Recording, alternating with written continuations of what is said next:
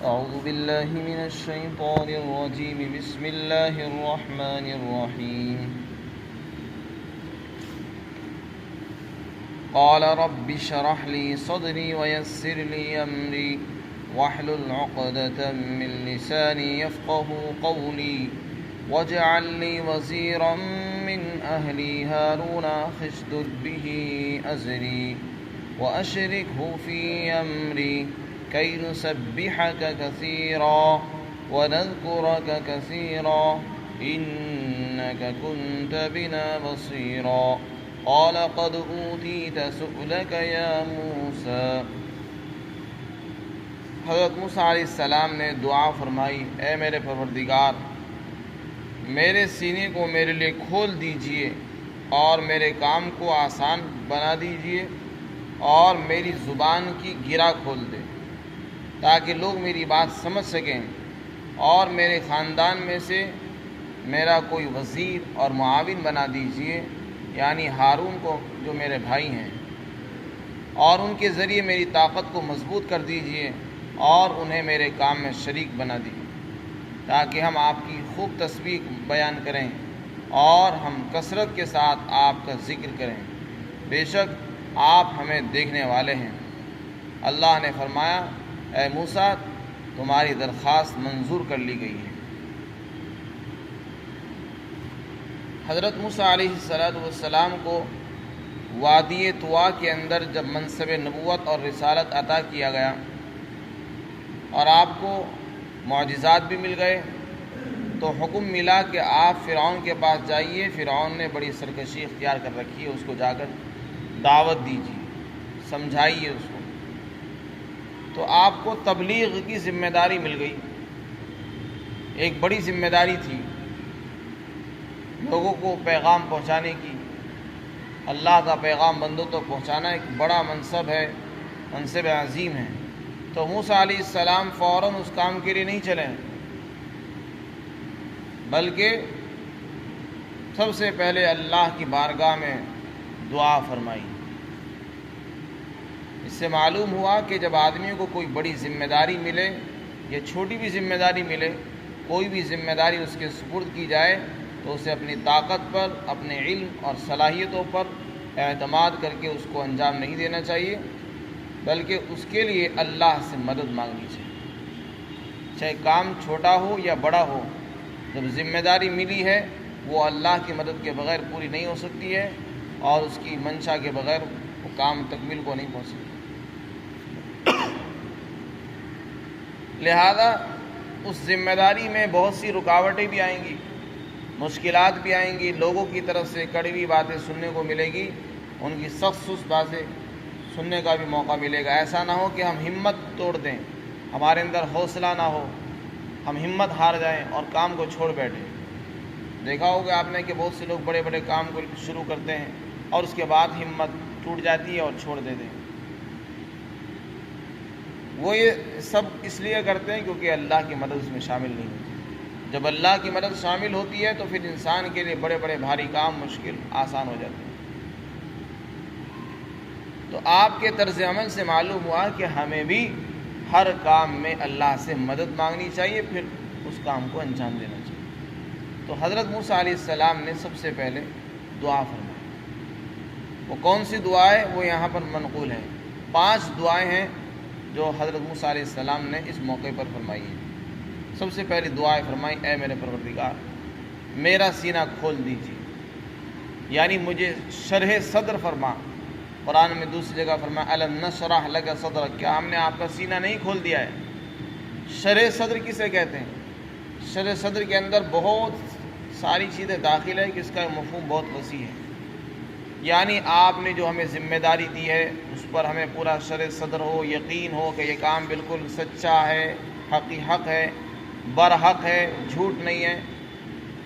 ہمت اور حوصلہ پیدا ہو جائے، لوگ اگر ہمارے لیے رکاوٹ بنے، کسی قسم کی کوئی مشکلات بھی آئے تو پھر ہم ان مشکلات کا مقابلہ کر کے اس کام کو انجام دے سکیں۔ تو ہمت کا بڑھ جانا، حوصلے کا ملنا اور لوگوں کی مشکلات کا مقابلہ کرنا، یہ ساری چیزیں شرح صدر کے اندر داخل ہیں۔ تو جس آدمی کو شرح صدر مل جاتا ہے وہ بھاری بھاری کام آسانی کے ساتھ انجام دے دیتا ہے، اس کے پاس حوصلہ ہوتا ہے، ہمت ہوتی ہے، طاقت مل جاتی ہے اس کو اللہ کی طرف سے۔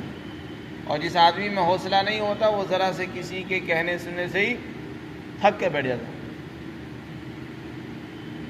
تو سب سے پہلی دعا حضرت موسیٰ علیہ السلام نے فرمایا کہ اللہ میرے سینے کو کشادہ فرما، میرے سینے کو کھول دے، اس میں کسی قسم کی تنگی نہ ہونی چاہیے کہ کسی نے مجھے کچھ کہہ دیا تو میں فوراً رنجیدہ دل ہو گیا اور بیٹھ گیا، بلکہ میرے سینے میں جگہ ہو، اگر لوگ مجھے برا بھی کہیں تو میرے اندر اس کو برداشت کرنے کی طاقت ہو، مجھے اس مصیبتوں کو جھیلنے کی صلاحیت ہونی چاہیے، کیونکہ یہ بڑا بھاری کام ہے۔ دوسری دعا یہ فرمائی کہ میرے کام کو آسان بنا دیجیے، آپ نے جو مجھے ذمہ داری دی ہے چاہے وہ آسان ہی کیوں نہ ہو، لیکن جب تک اللہ آسان نہیں فرماتے کوئی کام آسان نہیں ہوتا۔ بعض مرتبہ ہوتا ہے کہ کام چھوٹا سا ہوتا ہے لیکن مشکل بن جاتا ہے، اور بعض مرتبہ ایسا ہوتا ہے کہ بڑے بھاری بھاری کام منٹوں میں نمٹ جاتے ہیں اور پورے ہو جاتے ہیں۔ تو بات اصل یہ ہے جب اللہ کی مدد شامل ہوتی ہے کسی کام کے اندر تو وہ آسان ہو جاتا ہے، اور اگر اللہ کی مدد نہیں ہوتی ہے تو چھوٹا سے چھوٹا کام بھی بھاری اور مشکل ہو جاتا ہے اور کئی دن لگ جاتے ہیں اس کو حل ہونے میں۔ تو اس لیے فرمایا کہ میرا جو آپ نے کام لگایا ہے تبلیغ اور دعوت کا اس کو آسان بنا دیجیے، مشکل نہ بنائیے۔ تیسری دعا یہ فرمائی کہ میری زبان کی گرہ کھول دے، میری زبان میں گرہ ہے، گرہ سے کیا مراد ہے؟ مفسرین نے فرمایا کہ اس سے مراد لکنت ہے۔ حضرت موسیٰ علیہ السلام کی زبان میں لکنت تھی، اور اس کا واقعہ یہ بھی لکھا ہے بعض روایت میں کہ حضرت موسیٰ علیہ السلام بچپن میں اپنی والدہ کے پاس رہے، اور فرعون کی طرف سے ان کو وظیفہ ملتا تھا، ان کی والدہ کو دودھ پلانے کی اجرت ملتی تھی۔ جب وہ بڑے ہو گئے تو فرعون کی بیوی نے ان کو اپنے پاس بلا لیا اور ان کو اپنا بیٹا بنا لیا، اور فرعون کے دربار میں رہنے لگے۔ ایک دن حضرت موسیٰ علیہ السلام نے فرعون کی داڑھی پکڑ لی اور تماچا بھی مار دیا اس کو۔ تو فرعون کو جلال اور غصہ آ گیا، اس نے قتل کرنے کا ارادہ کر لیا کہ یہ بیٹا کہیں وہ تو نہیں ہے جس کے بارے میں کسی نے پیشین گوئی کی تھی کہ وہ بیٹا میری حکومت کو ختم کر دے گا، میری حکومت کا خاتمہ کرے گا، کہیں یہ وہی تو نہیں ہے۔ اسے جلال آ گیا اور اس میں غیرت آ گئی کہ چھوٹا سا بچہ میری داڑھی پکڑ رہا ہو، مجھے مارنا ہے۔ تو اس نے قتل کا ارادہ کر لیا۔ بیوی نے سمجھایا کہ آپ بچے کی بات پر مت جائیں، اگر آپ کو یقین نہیں آ رہا تو آپ اس کا تجربہ کر سکتے ہیں کہ اس نے جان بوجھ کر مارا یا بھولے سے مارا، غلطی سے مارا۔ تو اس نے سمجھایا، ویسے تو اس نے غلطی سے مارا لیکن اگر آپ کو یقین نہیں ہو رہا تو آپ اس کا تجربہ کر لیں۔ چنانچہ ایک تشت کے اندر انگارے لائے گئے، اور ایک طرف انگارے تھے، دوسری طرف اس میں ہیرے جواہرات تھے۔ تو بچے کی فطرت ہے کہ وہ چمکتی ہوئی چیزوں کی طرف بڑھتا ہے، تو انہوں نے ہیرے جواہرات کی طرف کو بڑھنا چاہا، ہاتھ بڑھانا چاہا۔ حضرت جبرائیل علیہ السلام نے ان کا ہاتھ انگاروں کی طرف کر دیا۔ حضرت موسیٰ نے ایک انگارہ اٹھا کر منہ میں رکھ دیا، جس سے ان کی زبان جل گئی، اور وہیں سے زبان کے اندر لکنت پیدا ہو گئی۔ تو اس واقعے سے فرعون کو تسلی ہوئی کہ ہاں یہ اس نے جو حرکت کی ہے یہ تو بچکانہ حرکت ہے، کوئی سمجھداری والی حرکت نہیں۔ تو اس طریقے سے ان کی جان بچ گئی۔ تو وہیں سے ان کی زبان میں لکنت پیدا ہو گئی تھی اور زبان جل گئی تھی، پھر بعد میں اس میں افاقہ بھی ہو گیا لیکن اس کا اثر رہا۔ تو اس لیے دعا فرمائی کہ اللہ تبلیغ اور دعوت کے اندر چونکہ زبان کا ایک اہم کردار ہے، زبان اگر فصیح اور بلیغ ہوتی ہے تو آدمی دعوت کو اچھے طریقے پر انجام دے سکتا ہے۔ اس لیے فرمایا میری زبان میں جو گرا ہے اور لکنت ہے اس کو کھول دے تاکہ لوگ میری بات سمجھ سکیں۔ اس سے معلوم ہوتا ہے کہ ان کی زبان میں لکنت تھی، بولنے میں ان کو دقت ہوتی تھی۔ پھر چوتھی دعا یہ فرمائی کہ اے پروردگار میرے خاندان میں سے کوئی میرا وزیر اور معاون و مددگار بھی بنا دیجیے، یعنی میں اکیلا اس کام کو انجام دوں تو ہو سکتا ہے لوگ میری مخالفت کریں اور میں ہمت توڑ دوں۔ تو میں چاہتا ہوں کہ میرا گھر میں سے کوئی فرد میرا معاون بھی بن جائے، تاکہ کچھ کام وہ سنبھالے کچھ میں کروں، اور دونوں لے کر چلیں گے تو ہمت ایک دوسرے سے انسان کو ہمت اور حوصلہ ملتا رہتا ہے۔ چنانچہ اپنے بھائی کے لیے دعا فرمائیں کہ ان کو بھی میرا معاون بنا دیجیے۔ اور اپنے گھر کے کسی ایک فرد کے بارے میں دعا فرمائی تھی، پھر آگے اس کی وضاحت بھی فرما دی، متعین کر دیا کہ وہ ہارون ہیں جو میرے بھائی ہیں، ان کو وزیر بنا دیے۔ فرمایا اور اس کے ذریعے میری طاقت کو مضبوط کیجیے تاکہ ان کے ذریعے مجھے قوت ملے، مضبوطی ملے، حوصلہ اور ہمت مل جائے۔ پانچویں دعا یہ فرمائی کہ ان کو میرے معاملے میں شریک کر دیجیے، آپ نے جو مجھے نبوت عطا فرمائی ہے انہیں بھی نبوت عطا فرما دیں، میرے شریک کار بن جائیں، دونوں کا کام ایک ہو تو پھر کام آسان ہو جاتا ہے۔ دو آدمی ایک ہی کام کو لے کر چلیں گے تو کام اور آسان ہو جائے گا۔ چنانچہ اللہ تعالیٰ نے تمام دعائیں قبول فرمائی اور حکم دیا کہ اے موسیٰ، ہم نے تمہاری درخواست منظور کر لی ہے، اور ان کی دعائیں قبول ہو گئی۔ حضرت ہارون علیہ السلام کو بھی اللہ نے پیغمبر بنایا اور ان کے کام کو اللہ نے آسان بنا دیا، سینے کو کشادہ فرما دیا۔ تو اس طریقے سے انہوں نے اس دعوت کو انجام دیا۔